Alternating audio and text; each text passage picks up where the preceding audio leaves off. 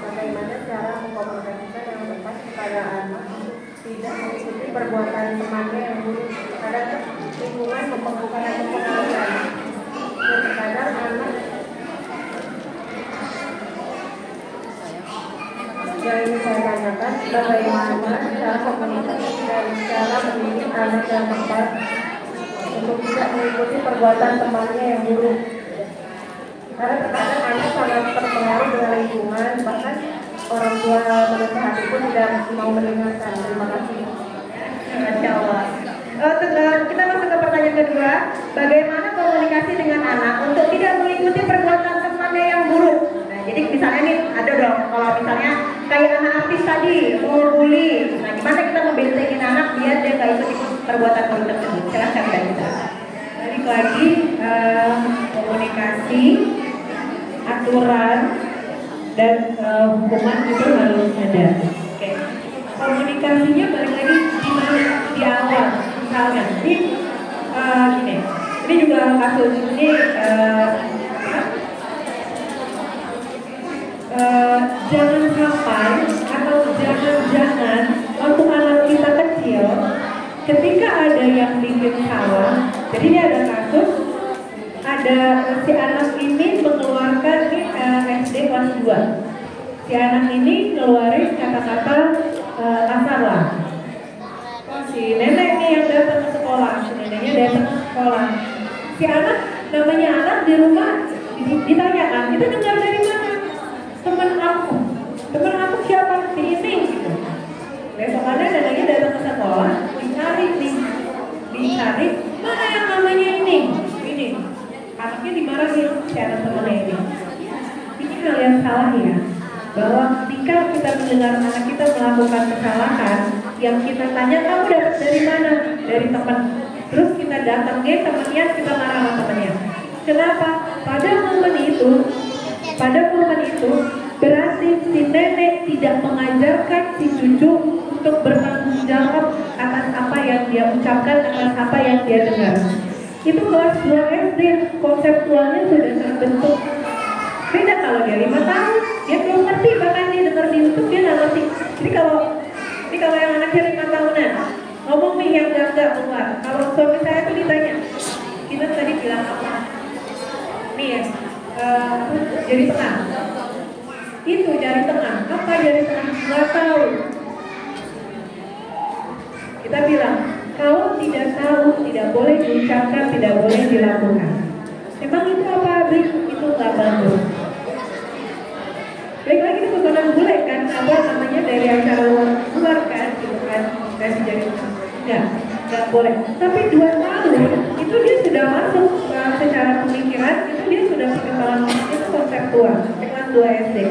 Sehingga kalau ada yang dengar yang nggak, ditanya dia yang ngomong, kamu lihat apa di sekolah? Teman saya begini. Coba, menurut kamu itu baik nggak? Kenapa nih? Kalau kamu tahu itu tidak baik, jadi saya nggak punya teman ini. Bisa nggak kamu yang pengaruhi teman kamu untuk ikut kamu? Kenapa harus kamu yang ikut teman kamu? Jadi kalau kata si Hani ini, anak saya tuh kayak saya. Jadi, dia mah kayak kamu, dia mah nggak bisa diatur, dia mah nggak peduli kalau teman-temannya lagi nggak ikut dia. Ya udah, kalau misalnya, itu pentingnya menanamkan kepercayaan diri pada anak. Saya nggak masalah, ternyata saya sendiri, artinya begini, saya tidak merasa saya harus ikut arus. Kenapa? Karena saya cukup pede dengan diri saya sendiri. Itu yang ditanamin sama anak. Terus kenapa? Dia nggak gaul. Kenapa kalau nggak gaul masalah? Emang kalau gaul dapat apa? Segaul apa sih? Tahu nggak? Anak gaul di sekolah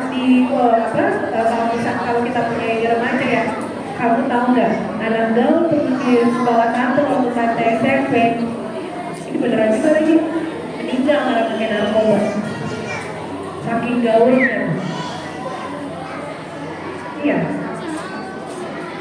SMP saya di Pondok Pinang sekolah. Itu anak gaul. Anak gaulnya jadi pasien saya. Ya, ada lagi yang dulu di tempat rekam saya sebelumnya, saya kerja sebelumnya, laki-laki. Itu anak gaul udah SMP SMA-nya. Umur 30 tahun jadi 34 tahun jadi pasien saya. Saya kasih tahu sama pasien-pasien temannya, kenapa harus gaul? Emang nggak bisa gaul dengan cara kamu sendiri? Emang harus ikutin cara orang buat jadi anak gaul? Kamu dong yang ciptain tren. Kamu yang ciptain anak gaul versi kamu tuh gimana? Kamu tahu nggak anak gaul di sekolah tante itu jadi pasien tante? Dulu dia anak gaul, tapi umur 34 tahun dia masih narkoba.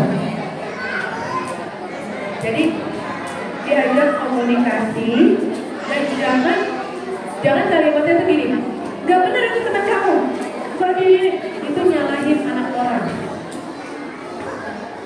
Jangan juga memberikan contoh ke anak bahwa kamu jadi baik, kamu harus menyalahkan yang jelek. Dikasih tahu yang jelek apa perilakunya dia. Kasihan ya dia begitu. Kamu tahu kan itu nggak bagus? Coba menurut kamu itu baik atau enggak? Anaknya dia yang mikir. Jadi jangan langsung disalahkan. Dan itu dari kecil. Kalau kita dari kecil terbiasa, waktu anak bikin salah, orang lain yang salah, anaknya nggak mikir.